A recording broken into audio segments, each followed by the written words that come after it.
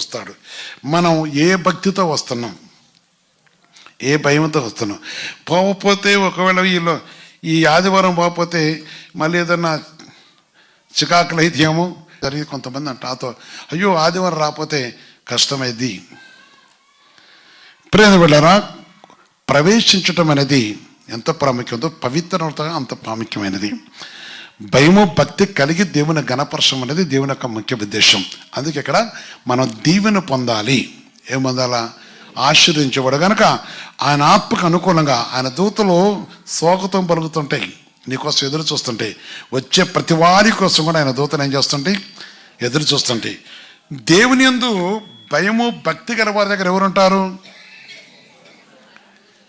భయం భక్తి గల వారి దగ్గర దేవుని దూత కావలి ఉంటుంది. ఎవరి దూత కావలి ఉంటుంది? నేను రక్షించుటకు నీ విడిపించుకు దేవుని దూత కావలి ఉంటుంది. అయితే ఆయన సన్నిధిలో ప్రవేశించిన కూడా సన్నిధి దూత నీ కోసం ఎదురు చూస్తూ ఉంటుంది. వాక్యం చదవస్తుంది. ఆయన సన్నిధితో నిన్ను ఏం చేస్తుంది? దేవుని వాక్యం చరుస్తుంది. దేవుని సన్నిధి దూత, సన్నిధిలో దూత ఉంటాయి. ఆ దూతలు ఏం చేస్తాయంటే ఎవరు వస్తున్నారు, ఎవరితో వస్తున్నారు, ఏ ఆశతో వస్తున్నారు, ఏ బాధతో వస్తున్నారు. బాధ వేదన రోదన ఒక వ్యక్తి అయితే ఆయన కలుసుకుంటూ వచ్చేవారిని చూసినప్పుడు వారి బాధంతో కూడా ఆయన తీసుకుంటాడు. మీకు తెలుసు. ఇక్కడ మనం ఏదో కొంతమంది నాతో మొన్న ఎవరో ఫోన్ చేసి ప్రేయర్ చేసుకుంటారు, సంతోషిస్తున్నాం. ప్రేయర్ చేసుకోని నన్ను అడుగుతా, అయ్యా ఎంత పంపించాలంటారు. నన్ను పంపించడం ఏంటంట, నేను మాకేం అవసరం లేదన్న, దేవునితో కలుసుకోవాలంటాను. మొన్న ఒకళ్ళు ఫోన్ చేసి అన్నారు కదా, ఆగిన తర్వాత మళ్ళీ ఒకసారి చెప్పమ్మా నన్ను ఎవరికో ఏదో మాట్లాడుకొచ్చింది. మాట్లాడుకొని నేను అన్నాను, దేవునికి మొట్టమొదటి నీ హృదయం ఇంట్లో నేర్చుకో. దేవుని హృదయంలోకి వస్తే అప్పుడు విలువైనది నువ్వు పొందగలుగుతూ, విలువైన దాంట్లో ఉండగలుగుతూ, విలువైన సమభూమి గల స్థలములో నీ జీవితాన్ని దేవుడు కడతాడు. ప్రార్థన చేయండి. బేరమో వ్యాపారం చేసేది కాదు క్రైస్తవ. మేము అలాంటి వాళ్ళం, మేము ఉద్యోగం విడిచిపెట్టి వచ్చినాం, మాకు అవసరం లేదు. ఎవరైనా సరే పరిశుద్ధ దేవుని యొక్క సన్నిధిలో చూస్తున్నప్పుడు వాక్యమునకు మనం లోపడాలి, వాక్యం మనం నెరవేర్చాలి, ప్రభు దగ్గర నుంచి మనం పొందాలి. ఏం చేయాలా? హక్కు. ముందు హక్కు సంపాదించుకోవాలి. ఏం సంపాదించుకోవాలా? హక్కు ఎవరి దగ్గర సంపాదించుకోవాలి? చెప్పండి, ఎవరి దగ్గర సంపాదించుకోవాలి? ఏంటో హక్కు అమ్మా? ఎట్ట హక్కు ఉంటుంది? ఏ విధంగా హక్కు ఉంటుంది? హక్కు ఎవరికి హక్కు ఉంటుంది? నీతిమంతుల ప్రార్థన తన చెవుల్లో చొచ్చాను. రేపు ఆయన చెవి వగ్గి ఉంచుతాడట. ఏ వగ్గి ఉంచుతాడు ఆయన? చెవికి. ఏమడుగుతున్నారని? ఇప్పుడు నీ పిల్లవాడు ఏడుస్తుంటాడు, ఎందరో ఉంటారు, వాడు స్వరం నీకే వినపడిద్ది, నువ్వు పిలిస్తే వాడికి వినపడిద్ది. అదేవిధంగా మన స్వరము దేవుని చెవులో చొచ్చాలంటే ఏమై ఉండాలి? మనము చెప్పండి, ఏమై ఉండాలా? నీతిమంతులమై ఉండాలి. హక్కు సంపాదించుకోవాలి. ఎప్పుడైతే నీతిమంతులదో అది నీతిమంతులు కేవలం చిన్న విశ్వాసము కలిగి ఏదైతే నీకు ఇరుగుతుందని విడిచిపెడితే మనం ఆయన కుమారుని నీతిమంతులు మార్చబడుతున్నాం. నీతిమంతులు ఎప్పుడైతే మార్చబడుతున్నావు ఆయన మనకు హక్కు ఇచ్చాడు. ఏమి ఇచ్చాడంటే మనం అడిగితే మనం ఇవ్వటానికి ఉన్నాడు. అందుకైనా ఆశీర్వదించడకును దీవించడకును వెంటనే తన సన్నిధి దూత నీ కోసం కనిపెట్టుకొని ఏం చెప్తుంది? నువ్వు అడుగు. వారి యావది బాధలో ఆయన బాధను ఏందనో ఆయన సన్నిధి దూత వారిని రక్షించను. యెషయా 50 రాసుకోండి, చదవద్దు కానీ 63:9 కనుక చాలా మంచిది. అటు పోయే ముందు చూద్దాం. పరిశుద్ధ దేవుని విషయాన్ని మనం జ్ఞాపకం చేసుకొని మరి ప్రభు సన్నిధిలోకి వస్తున్నావు పోతున్నావు కానీ హక్కు పొందాలా వద్దా? దేవుని బిడ్డకు హక్కు పొందాలా వద్దా? చాలామంది బాప్తిసం తీసుకుంటారు కానీ మన తిరిగి వారి క్రియలు కొన్ని లోపాలు ఉండటం వలన హక్కు కోల్పోతుంటారు. ప్రభు యొక్క సన్నిధిలో ఆ విషయాన్ని మనం జ్ఞాపకం చేసుకొని దేవుని సన్నిధిలో దేవుని యొక్క విషయాన్ని బట్టి ఆ విషయాన్ని మనం గ్రహించాలి. ప్రేమ బిడ్డలారా, దేవుడు మన వాళ్ళు చూపుతున్న ప్రేమను బట్టి, పరిశుద్ధాత్మ దేవుడు మన ఎందుకు కనుకరిస్తున్న జ్ఞానం బట్టి, అందుకే ఈరోజు దేవుడు చెప్తున్న ఆయన ఆశీర్వాదము ఎవరికి ఇయటం కొన్నాడు? ఎవరికి ఇయటం కొన్నాడు? మ్యాన్ మనందరం కూడా ఆశీర్వదించకైనా ఉన్నాడు. ఎప్పటి వరకు? ఎప్పుడు కూడా ఆశ్రయించేవాడు. ఎప్పుడైతే నువ్వు దేవుని యొక్క ఉద్దేశం నెరవేరుస్తున్నావో అని నేను దీవించేవాడు. నేను కనికరించకును ఆశీర్వాదములో ఉండే మహాకృప ఏంటంటే కృప ద్వారా ఆశీర్వాదం. ఆశీర్వాదం ద్వారా ఏమైతే రక్షణ కాపాడుకుంటావు. ఏం కాపాడుకుంటాం? రక్షణ కాపాడుకుంటావు.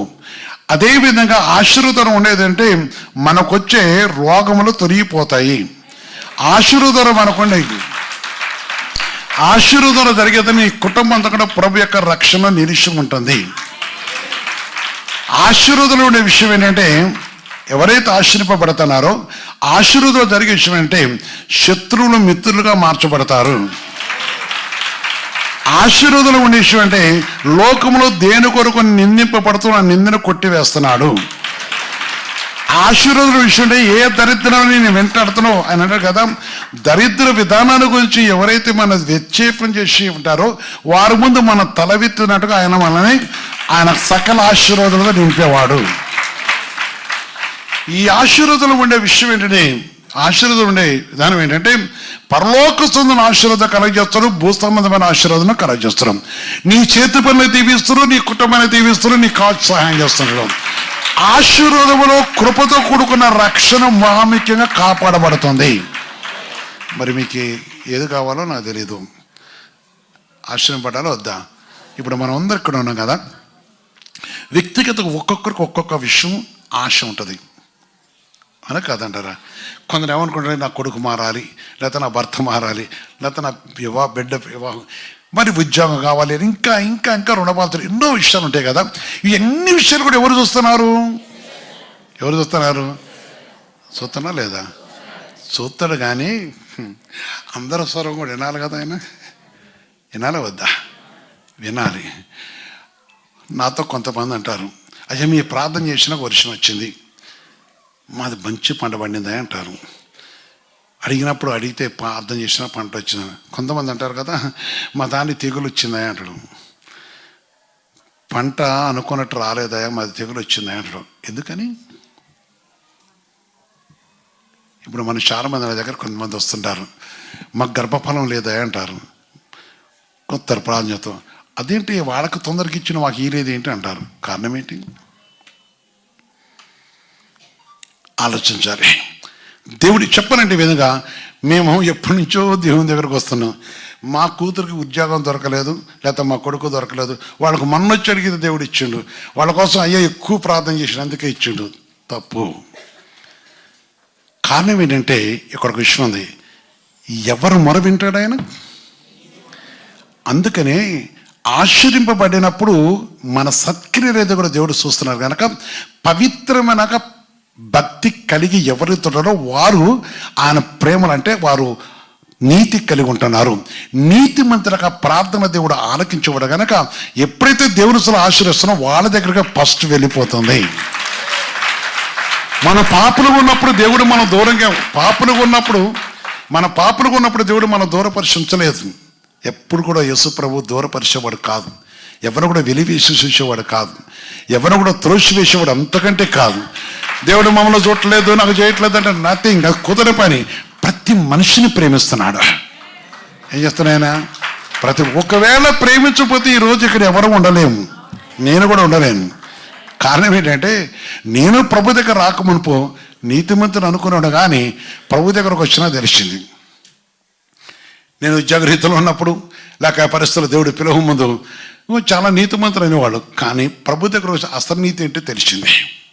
దేవుని సన్నిధిలో చూస్తున్నప్పుడు రోజు మేము స్థలంలో ఉన్నాం. ఓ పాత్ర కడుక్కొచ్చింది. అంటే వంట చేసుకోవడం కోసం మేము వంట చేసుకోవాలంటే ఒకరికి ఇస్తే కడిగినారు, తీసుకొచ్చినారు. ఇటు చూస్తా ఉన్నాను నేను దాన్ని. ఒక ప్రాంతంలో సువార్త ప్రాంతంలోకి వెళ్ళిన తర్వాత ఒక విషయం జరిగింది. అంటే మేము ఏర్పాటు చేసుకుంటున్నాం. అయితే చూస్తామంటే ఇంతలో ఒక ఆమె వచ్చింది. అరే ఇదేం కడగటం అన్నది. కడిగిన కదా అందా. ఆమె పోయింది ఏదో పట్టుకొని ఇట్ట అంది, ఇట్ట తిప్పింది. అది తెల్లగా అయిపోయింది. అందులో జిడ్డుగా ఉంది. తను కడిగింది. ఆమె కడిగినప్పుడు అది నాకు మంచిగా అనిపించలేదు. తర్వాత మేము అడిగినప్పుడు చూస్తే చూస్తే మరి దేంతో కడిగిందో ఏంతో కడిగిందో నాకు తెలియదు, కానీ చాలా శుభ్రంగా శుద్ధపరచుకున్నది. నేను అడిగాను, అమ్మ ఇప్పుడు ఎట్టుంది అని కడుక్కొచ్చిన అడిగినప్పుడు చెప్తుండం ఏదో చెప్పింది, ఏదో రాసి కడిగిందని చెప్పింది. ఏదైనా సరే మనం ప్రభు సన్నిధిలో ప్రభు దగ్గర పరిశుద్ధంగా ఉండడం అంటే ఆయన సన్నిధికి వస్తున్నామైనా కానీ ఆయన ఆశీర్వాదం పొందే రీతిలో మనం పవిత్రంగా ఉండాల్సిన, నీతిగా ఉండవలసిన బాధ్యత మనకున్నది. మనం యేసయ్య దగ్గర రాకముందు మన క్రియలు వేరు, మన దురాశలు గల వాళ్ళమే. నేను కావచ్చు, నువ్వు కావచ్చు అనుకున్నాం. కానీ క్రీస్తు యేసు నామమును బట్టి మన పవిత్ర పరిశుద్ధ కనుక ఈ పవిత్రను కాపాడుకోవడం కోసం తప్పకుండా నిత్యం కూడా మనం ఆ విషయంలో పరిశుద్ధ దేవునికి అనుకూలమైనగా ఉండాలి.